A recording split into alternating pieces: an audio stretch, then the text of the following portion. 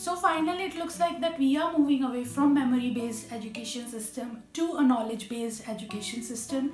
You will be able to make your own combination of subjects and you can be whatever you like. And all this is possible with the new education policy 2020.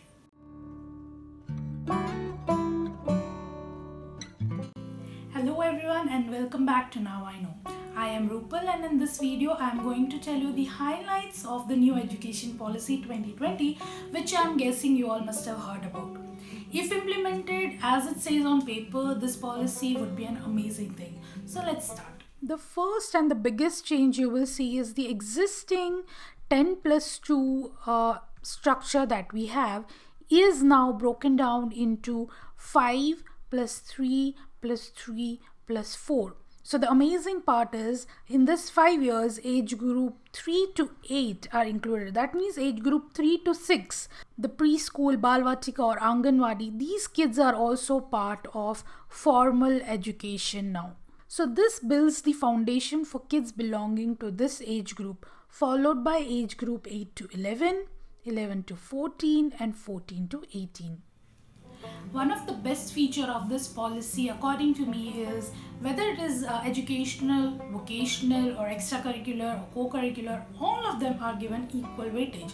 So based on kids' interest, they will be able to develop their skills in that particular field.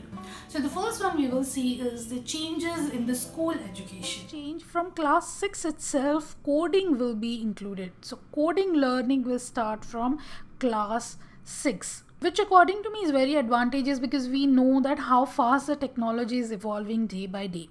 The next change is till class 5, an option to learn in mother tongue or regional language will be available. Not compulsory, but an option will be available. And this is very important because this makes some learnings really easy for kids, to understand the concept. If it is in the mother tongue, it becomes easy for kid to understand. And one of the greatest change that I feel is in the report card, which will no more be memory based but comprehensive report card, where everything starting from academics, practicals, co-curricular, everything will be now given equal importance. The second one is changes in the higher education. Now, this is very exciting. A multidisciplinary approach is taken over here. What do I mean by this? Now students will be able to, there will be no strict division between science, commerce and humanities. They will be able to pick whatever combination they want. Isn't that amazing? The degree will be 3 or 4 years with an option of multiple exits, an option to change streams.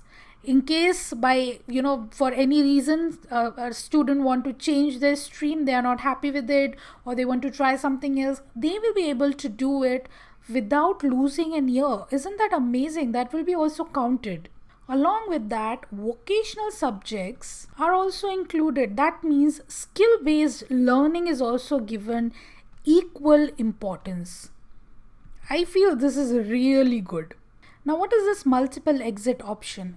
There will be something called academic bank of credits. So what happens is, let's say for example, after 1 year or 2 year, a student wants to go out in the field and see what is happening in the real world, want to get an experience in the real world, do some work and then come back to their studies. It will be possible now. Nothing will be wasted. Let's say for example, a student decides to take a break year after 1 year of studies, they will be given certificate for that 1 year. And all that progress that has been done will be put in the academic bank of credits. So when they come back and join the course, this will be counted. The score or the credit will be counted from the academic bank of credit. So there will be no more dropouts. Isn't that amazing? Whatever you study, maybe 1 year, 2 year, 3 year, it will be awarded. Let's say for example, after 2 years, diploma will be given. 3 years, if somebody is completing, they will be given bachelor's degree.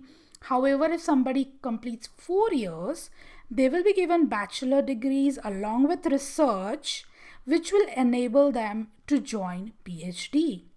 Along with this, MPhil is now discontinued. Sanskrit will be now offered at every level of education, and other classical languages and literature also will be available as an option. And the last but not the least, changes for teachers. So, some of the main changes will be a national curriculum framework for teacher education, NCFTE, by 2021 will be established in consultation with NCERT. And by 2030, the minimum degree qualification for teaching will be 4 years of integrated B.Ed degree. So basically what it looks like to me is that new education policy will make sure that by the time students come in the real world, they will be ready with all the practical skills that are needed. And this mostly will be done by the change in the board exam, which will no more be memory based. As I said, rather how much knowledge is gained throughout, what all practical skills are learned, how much is the understanding of the subject, how much application skills are learned by the students, all this will be taken into consideration equally. An emphasis will also be given to make sure that the private and the government education systems are the same. So this is all about the new education policy 2020. I personally am very happy with it because it does look like that finally we are moving away from the simple memory based approach. What do you think? Do let me know in the comments below. And if you want to see more such content, you can join me on Instagram, where you will also get to see some updates from my side. If you like this video, give this video a big thumbs up and do consider subscribing. So that's all for now. I will see you next time. Until then, keep learning, or bye bye.